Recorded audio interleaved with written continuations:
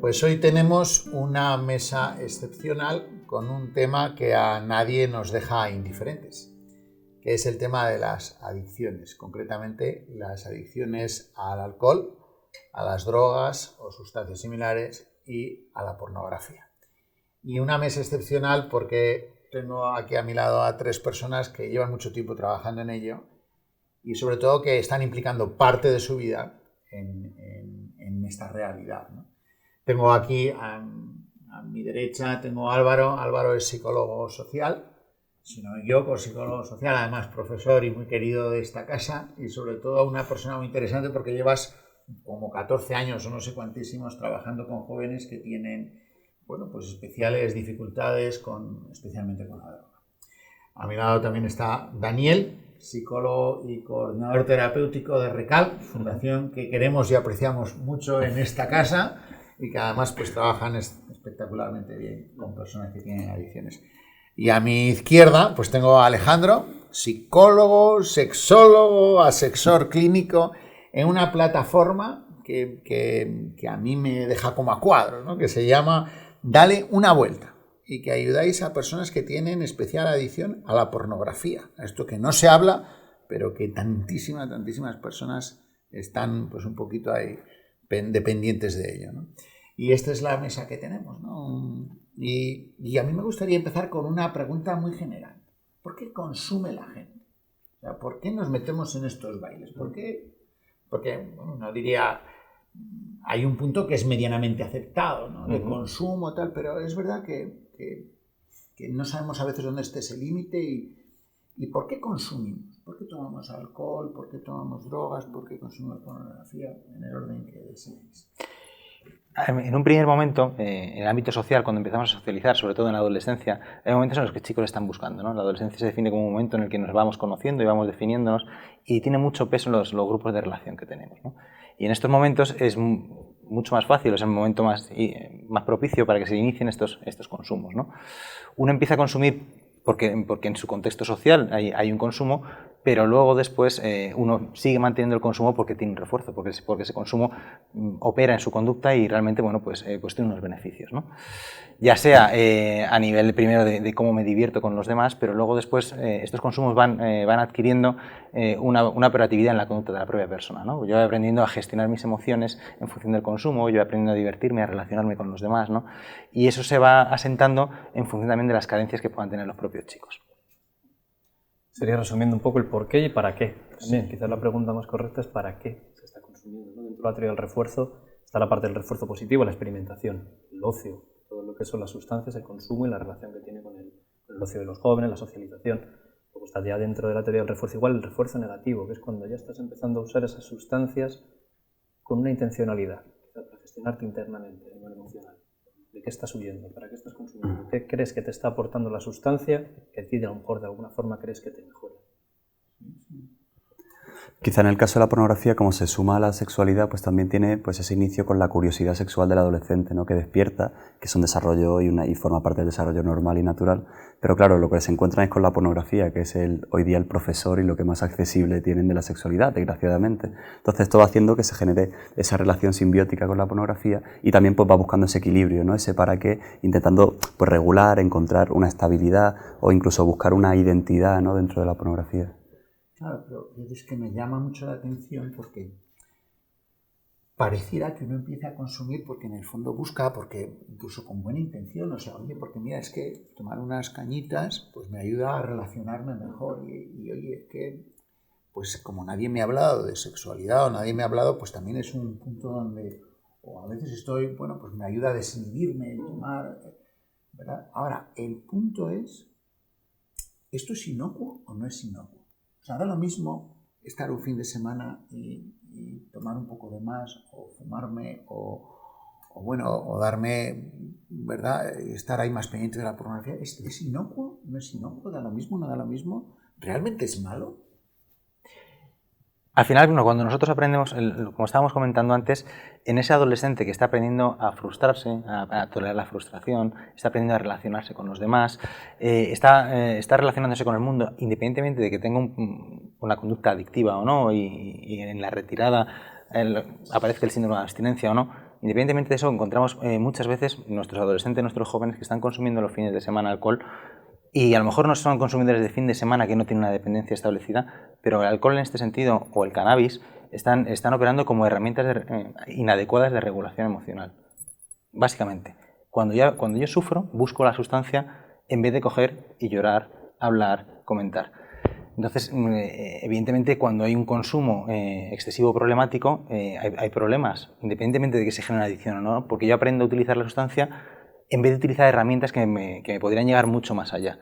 Y además evita el contacto también con el otro, porque me encierra un poquito más también en mí mismo. La construcción del ser es dinámica. Entonces yo creo que todo lo que hacemos de alguna manera influye en nuestra construcción. Hablábamos sobre muchas veces los jóvenes cuando utilizan las sustancias para gestionarse internamente. Claro, estamos partiendo en una sociedad en la cual no damos herramientas de educación emocional a los jóvenes en las escuelas. Estamos partiendo ya de unos números negativos. Se consume, se busca el ocio, pero en el camino también se pueden encontrar determinadas situaciones en las cuales el joven necesita, ya depende de esa sustancia para gestionarse internamente. Además, en el punto de la pornografía no es solo el problema del uso problemático, ¿no? Sino que la pornografía en sí misma, la expectativa y el guión y la narrativa que va generando en los adolescentes sobre la sexualidad es muy potente. De hecho, los últimos estudios ven cómo afecta a las neuronas espejo, esas neuronas encargadas de la empatía, de la imitación, del aprendizaje vicario, y cómo, debido a esa instauración de la pornografía en esos lóbulos cerebrales, la persona que consume pornografía de forma repetida va replicando esos comportamientos luego en la vida sexual real, donde hay agresividad, machismo, distorsión de la persona, objetificación, etc.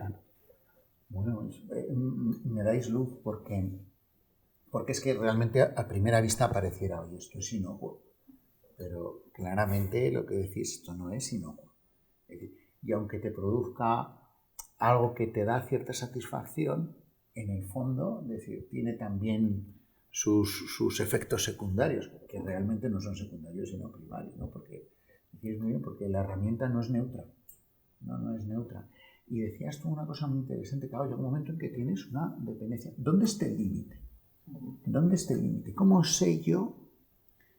Y pienso ahora en los muchos universitarios, a lo mejor que ojalá nos vean y vean este vídeo. ¿Cómo sé yo que estoy en un problema o que he pasado esa línea y ya no solo que estoy utilizando una herramienta inadecuada, sino que ya la herramienta se está apoderando de alguna manera de mí? ¿Cómo sé yo eso? ¿O dónde pondríais vosotros?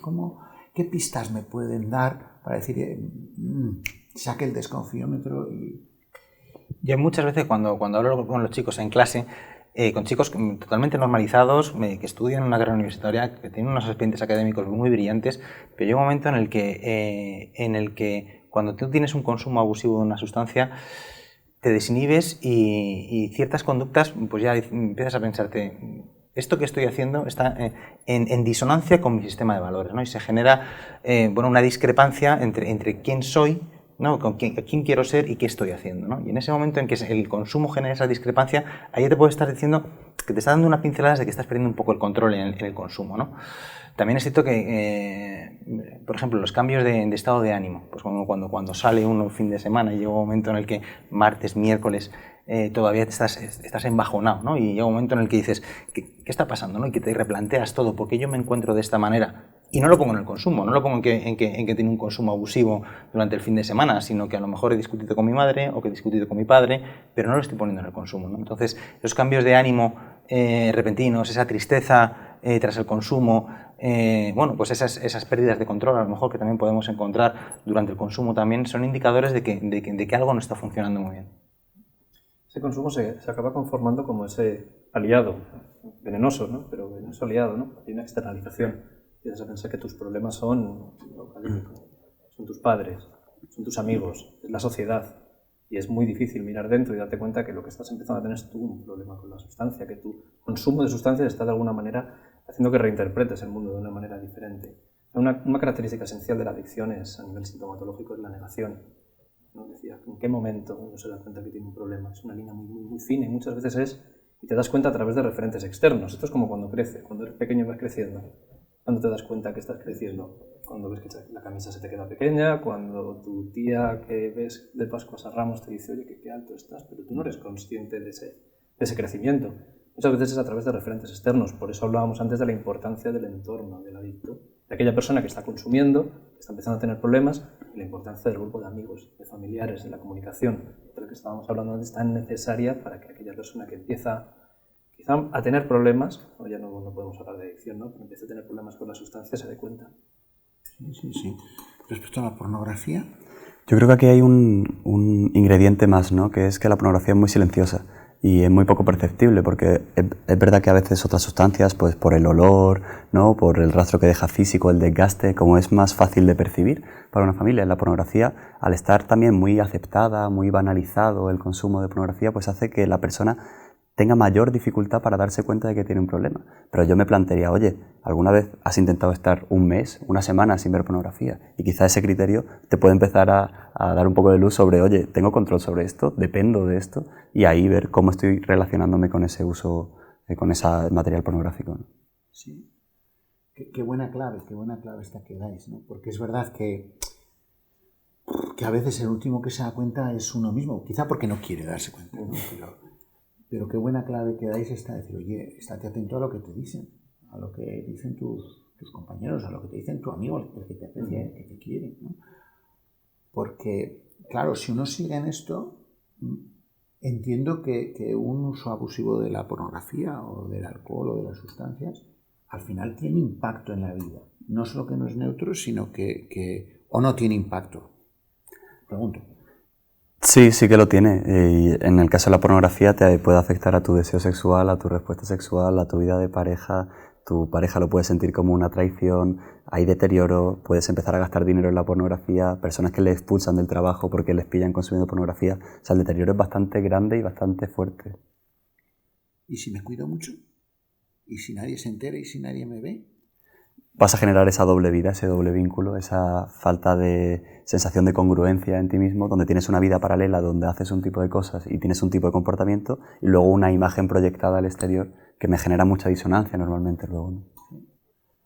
Es que esto, fíjate, a veces no lo valoramos bien, porque cuando es real que uno dice, bueno, como es de puertas adentro, ¿a quién hago daño? Lo que tú decías antes, ¿no? Pero es verdad que una vida dividida, tarde o temprano, nos pasa factura.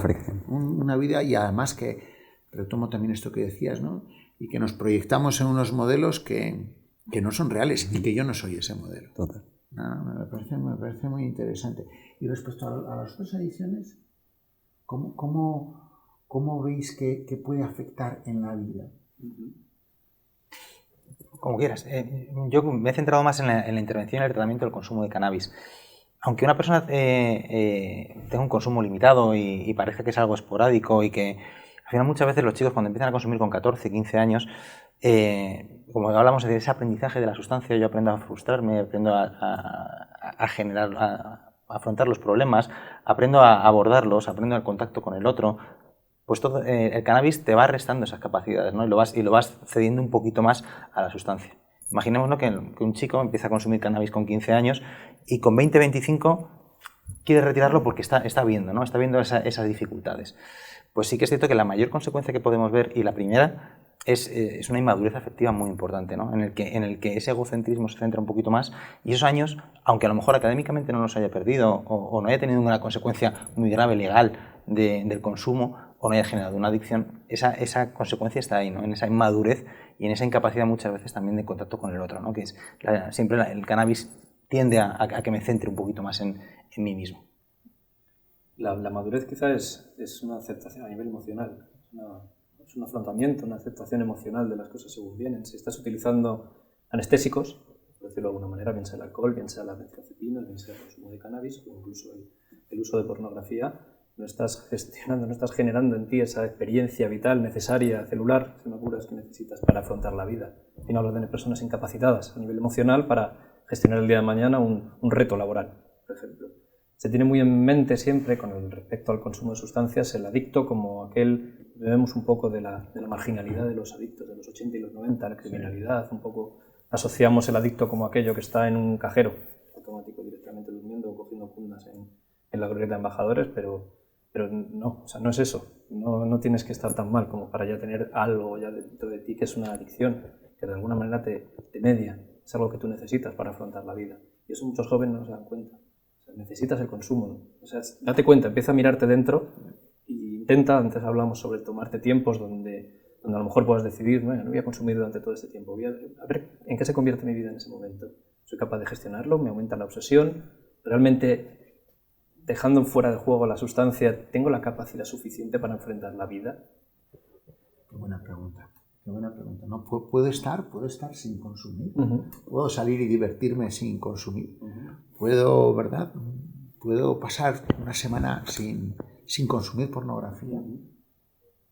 Además que me surge la otra pregunta, porque claro, al final la pregunta sería, porque a la postre, ¿me hace mejor consumir pornografía? ¿Me hace mejor consumir ciertas sustancias o beber de más? Es otra pregunta que queda. Claro, pero es verdad que la realidad de nuestros chicos y la realidad de la gente que viene a mis clases, de los universitarios, es que consumen. Entonces, la pregunta es, aquí no se trata de enjuiciar a la persona como tal, pero sí se trata de descubrir una herramienta que se está utilizando que no es adecuada y que no les va a hacer bien. Y esto hay que decírselo claro. La cuestión es, ¿qué hago? O sea, es decir, yo me descubro que realmente no puedo salir un fin de semana sin beber, o sin fumar X, o sin tomar qué sé yo qué sustancias, o no puedo estar un tiempo X sin consumir pornografía. ¿Qué tengo que hacer? ¿Qué pasos tengo que hacer? O sea, ¿dónde me tengo que anclar? ¿Dónde me tengo que agarrar para decir, oye, porque yo quiero lo mejor para mi vida? Es decir, vosotros que habéis trabajado, que tantos que os conocéis, o sea, ¿qué le dirías a ese joven que sí, que está enganchado? Esa palabra que es de los años 80, ¿verdad? Pero que tiene una dependencia, y que ahora de repente, hablando con todo esto, dice, oye, que además su amigo, el que le quiere, dice, mira, si no te engañes, si no sales y te ¿cómo dicen? Te mamas, te pones ciego, pues no puedes, entonces decir, o si no te fumas, qué sé yo qué, no, resulta que no eres tú, parece que empiezas a ser tú, o si no. Entonces, ¿qué pasos? ¿Qué hacer? ¿A qué les invitáis a esos chicos? Yo creo que este es un primer paso, normalizar, hablar de ello. Reconocer que es un problema, la experimentación, la búsqueda está ahí, el acceso a las sustancias, bien sean legales o ilegales, a la pornografía está ahí para los jóvenes que buscan experimentación. En esa búsqueda de experimentación muchos desarrollarán unos problemas y otros quizá no. Pero el primer paso, yo creo, antes de hablar de pedir ayuda, porque muchas veces lo que inhibe la petición de ayuda es la vergüenza, el juicio, la idea de que tú vas a decir que tienes un problema y encima te vas a recibir un juicio moral a través de ello. Entonces, yo creo que normalizar, hablar sobre ello, sacar estos problemas y que ellos participen, como muy bien estáis haciendo con este tipo de iniciativas, yo creo que es el primer paso. Y a ese chico darle la enhorabuena por planteárselo lo primero, ¿no? Y decir, este es el primer paso, el saber. Imagínate que tú tienes un amigo, estamos pensando en estos chavales que a lo mejor están tomándose un café y están hablando ese fin de semana y uno se da cuenta de que realmente que no estoy siendo en esa discrepancia cognitiva de la que hablabas, ¿no? Que no estoy siendo quien yo quiero ser, ¿no? Y en ese momento decirle, ole que estás pensando, ole que estás saliendo de ti mismo, ole que te estás replanteando tu propia vida, ¿no? Y en ese sentido, pues acompañar y poder hacer pensar. No solamente uno puede crecer cuando es capaz de poder hacer un punto de introspección, ¿no? y de conocer también la realidad. Entonces, en ese sentido, en el primer momento, cuando te encuentres con ese amigo que está pasándolo mal, primero acoger y decirle, ole, yo estoy contigo. Y como decía, y que esto es habitual y que es normal, ¿no? Y muchas veces silenciamos por ese juicio. Así que lo primero es acoger y recoger. Y luego después, en ese acompañamiento, si vemos que es un problema serio, pues también pedir ayuda, ¿no? Pero muchas veces la gente que tiene problemas con el consumo de drogas salen con el apoyo de una familiar, salen con el apoyo de un amigo y se pueden dar cuenta en este primer momento, ¿no? Cuando se establece mucho más la conducta adictiva, a lo mejor sí ya necesitamos un apoyo profesional. Pero para ese amigo que está con ese compañero tomando ese café, primero acoger, reforzar y también ofrecer esa ayuda, ¿no?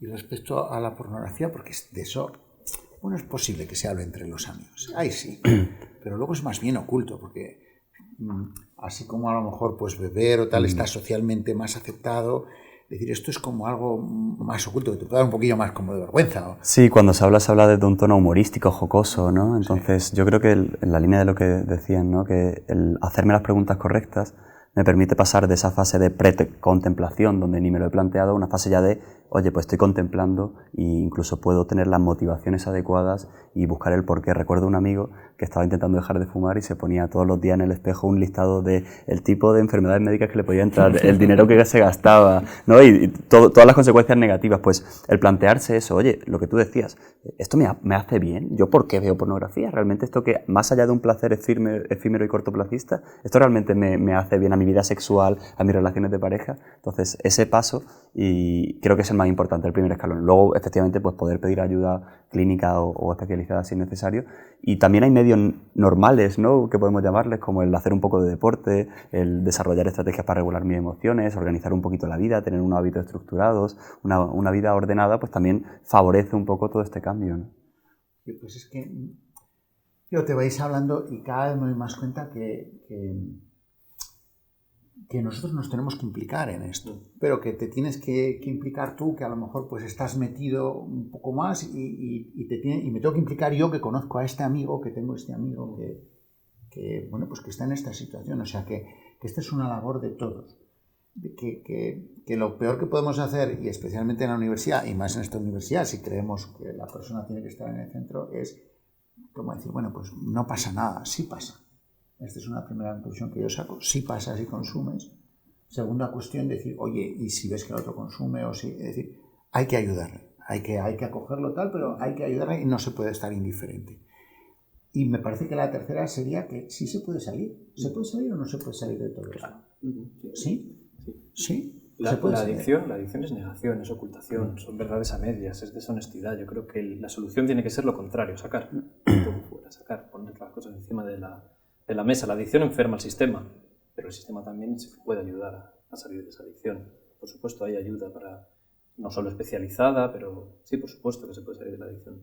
Y mejor de lo que no estaba antes, ¿no? Porque de alguna manera muchas veces la indicación que te da la adicción es que no estabas bien. De alguna manera es el empujón definitivo para mirarte dentro y decir qué te faltaba. A lo mejor no habías elaborado ese trauma infantil que tenías. A lo mejor ese bullying que recibiste en la escuela. La adicción muchas veces es un síntoma de algo que subyace por debajo. De esa herramienta que te está diciendo que algo está pasando detrás, ¿no? Como está comentando un compañero. Y al final sí que es cierto que claro que se puede salir, ¿no? Y de hecho, más fortalecido y con mayores herramientas y con ese proceso de crecimiento personal, ¿no? En el momento en que rompes, en el momento en que la crisis es oportunidad de cambio, cuando uno tiene una crisis y se replantea su vida y reestructura, y pues al final esos momentos son muy importantes, ¿no? Y al final, aunque vamos creciendo de manera continua, pero hay momentos de crisis que nos hacen replantearnos y tirar hacia adelante.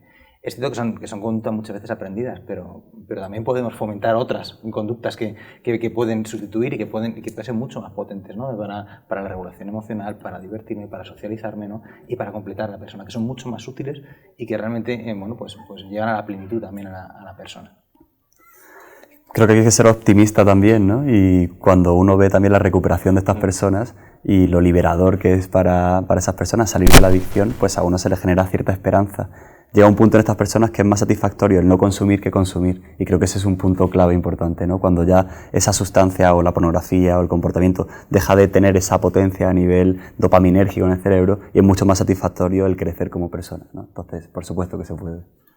Pues vamos, que me quedaría una hora hablando con vosotros tres.